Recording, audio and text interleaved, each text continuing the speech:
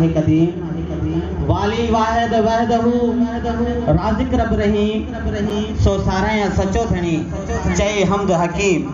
करे पाण करीम जोड़ो जोड़िया जान जी मथे स्टेज ते बैठल असांजो मौजूद शख्सियतूं मोहतरम तालका एजुकेशन ऑफिसर साईं इकबाल अहमद जमाली साहब डिस्ट्रिक्ट एजुकेशन ऑफिसर असांजी भेण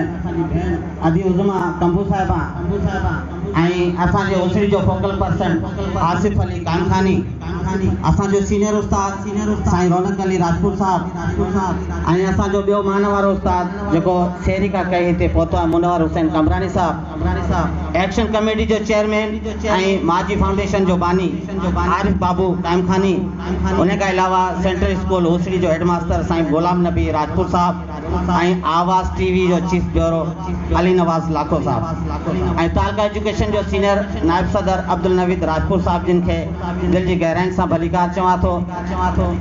तकरीर में तो घणी कुछ चवणो आहे पर गर्मी के मद्देनज़र रखंदे ऐं तव्हां सभिनी दोस्तनि जो ऐं असांजे बाला ऑफिसरनि जो